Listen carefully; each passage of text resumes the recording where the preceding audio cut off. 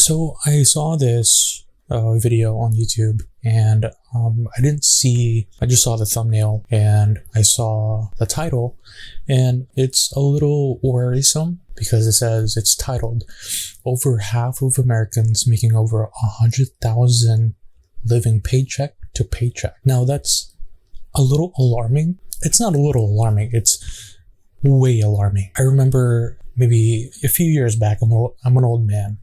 I mean, a few years back, you can get away with $40,000 to $70,000 depending on where you live, right? You can make a decent living with that, right? And so seeing this title, over half of Americans making over $100,000 per year, right, is living paycheck to paycheck. It's troubling. You have to start making money, and it's not with your regular 9-to-5 job. It's no longer a viable option for a lot of people with the steady increasing of prices. It's bonkers. So let's just get into the video and see what we come up with and what they found out. So here we go.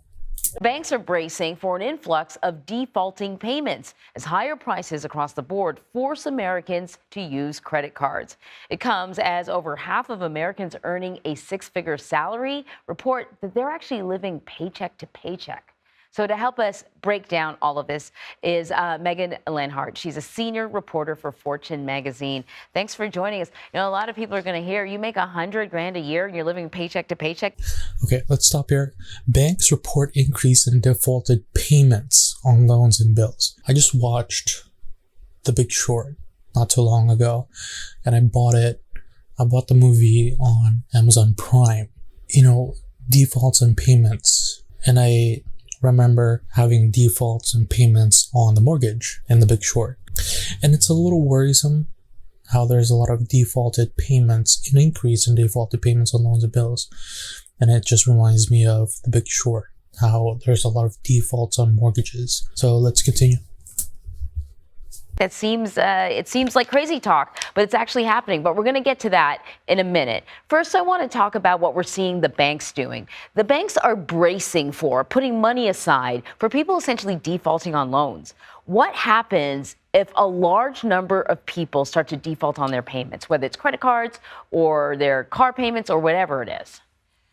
Well, hey, I appreciate you having me this morning. I think that this is an important topic that we need to talk about over and over again in the coming year. Certainly last year and throughout the early days of the pandemic, since the onset of the lockdowns, we've seen that credit card delinquencies have been historically low. Mm-hmm. So now we're starting to see a ramp up period, given the inflation, given the economic environment that we've been in. We're going to start seeing, more people sitting there and saying, I can't pay my credit card at the end of the month. And of course, now I want to stress that, again, we've been in a historically low environment. I know TransUnion and other experts are predicting somewhere where we're going to go from about 2% to maybe about 2.6% this year. Now, granted, it's still much lower than some of those crazy high rates we saw during the financial crisis. Credit card delinquencies at that point were somewhere in the 3.2 range. So again, nothing too crazy, but that does obviously have ripple effects. We're already starting to see credit card companies, banks saying, you know what, we're going to tighten our lending standards. We're going to sit there and put a little bit more money on the books to make sure that we have enough to cover this if it becomes a problem.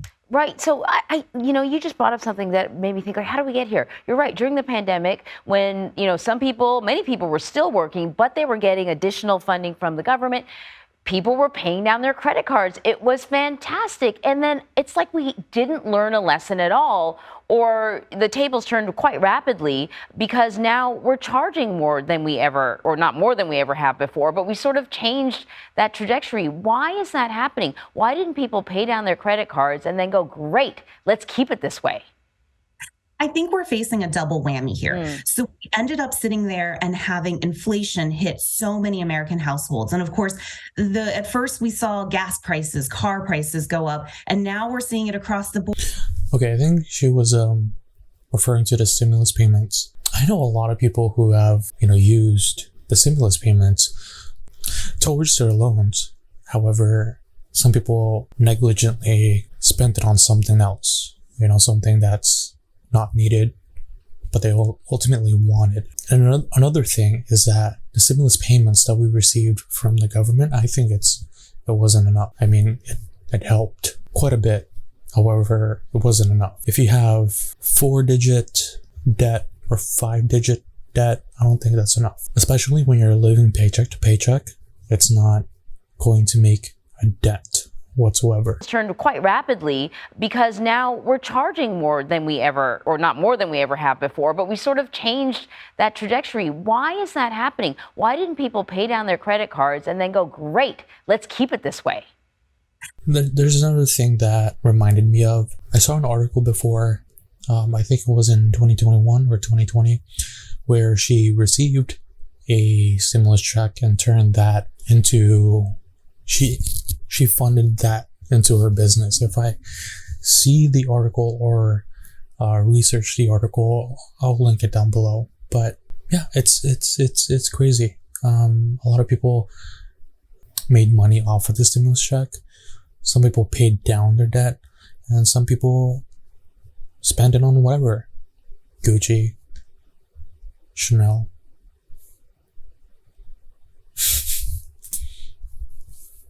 I think we're facing a double whammy here. So we ended up sitting there and having inflation hit so many American households. And of course, at first we saw gas prices, car prices go up, and now we're seeing it across the board. I mean, look, the price of eggs is... Okay, let's pause here. Bill payment priorities. I would prioritize paying this bill over others. Yeah. So a couple things here. So we got help, right, from the government with the stimulus check. But towards the end, we started rising or increasing the stuff needed, right? Bananas, eggs, for example. The cost of living keeps going up.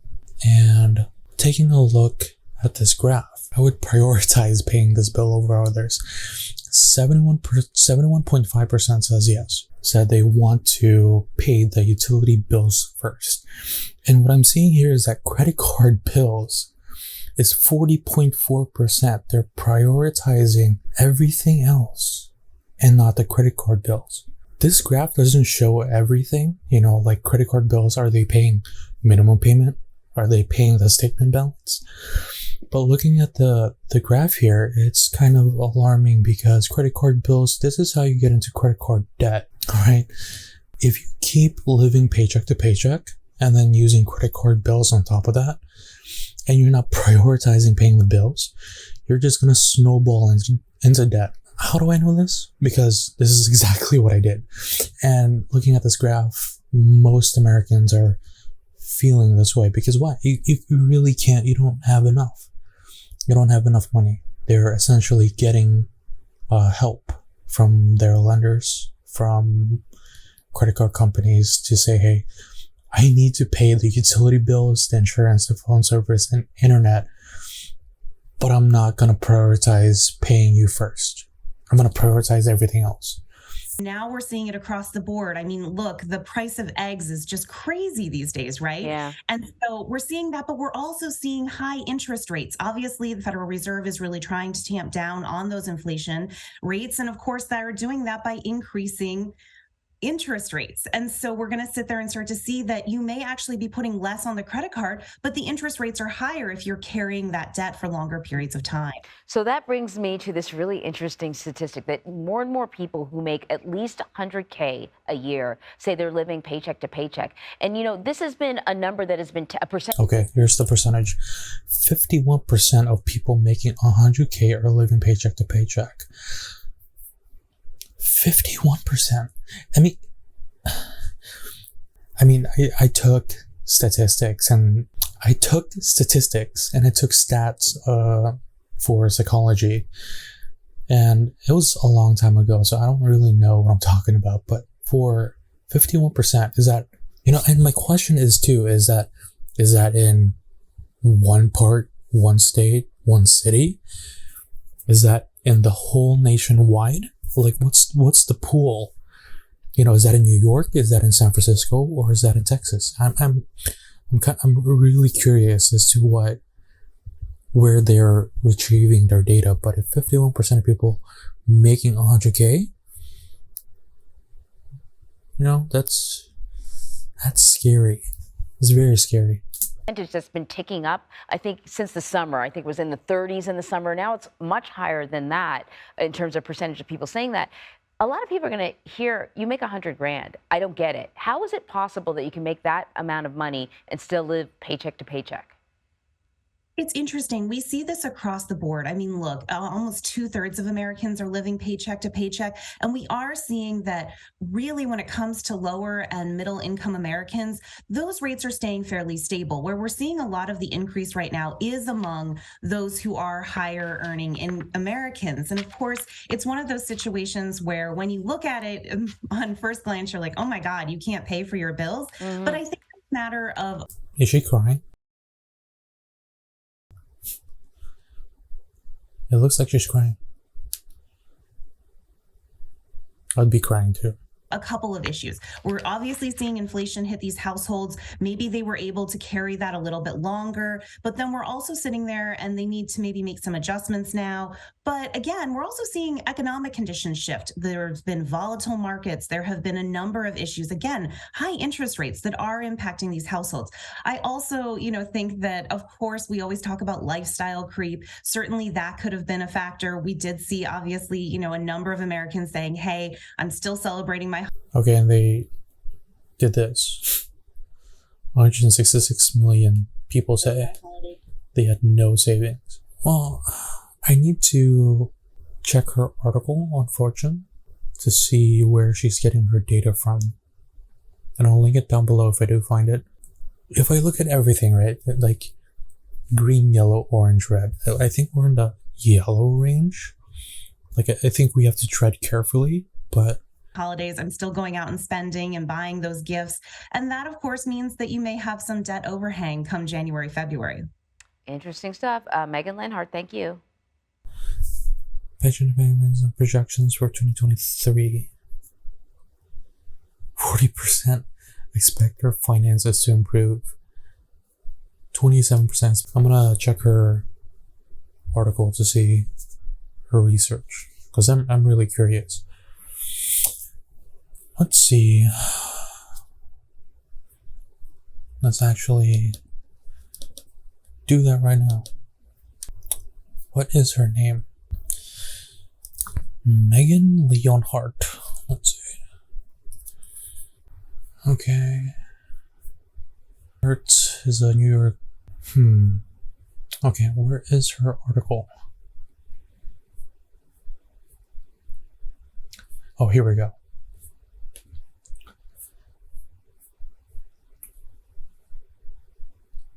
What? I have to pay? What is this? Okay, I'm not gonna pay for that, but should I pay? Really? I have to pay? I'm not gonna pay for that. But if you guys want to pay, go to fortune.com and you can see her article on here and find out more. If you find out more about this article, then comment down below. I'm not gonna pay for it. If someone wants to sign up for the 4-week trial, be my guest. But yeah, just to wrap it up, increase your money, build your pillars, because you don't want to be on the wrong side, on the wrong end of this, right? You don't want to be making $100,000 per year and living paycheck to paycheck. That's why I say, $1 million isn't enough, or having a 6-figure income is not enough. You have to be making more, because money is the biggest stressor and you don't want that stress in your life. So go look at the article. If you want to do the 4-week trial, be my guest. If you want to sign up, be my guest. But I'm just really curious where she got the data from. I really want to see the data and the research and how many people are in the pool. Is it like 10 people saying this, or is it a pool of 500 people taking that survey? What type of survey is it, right? And where are they located? And so I don't know. It's just really scary. So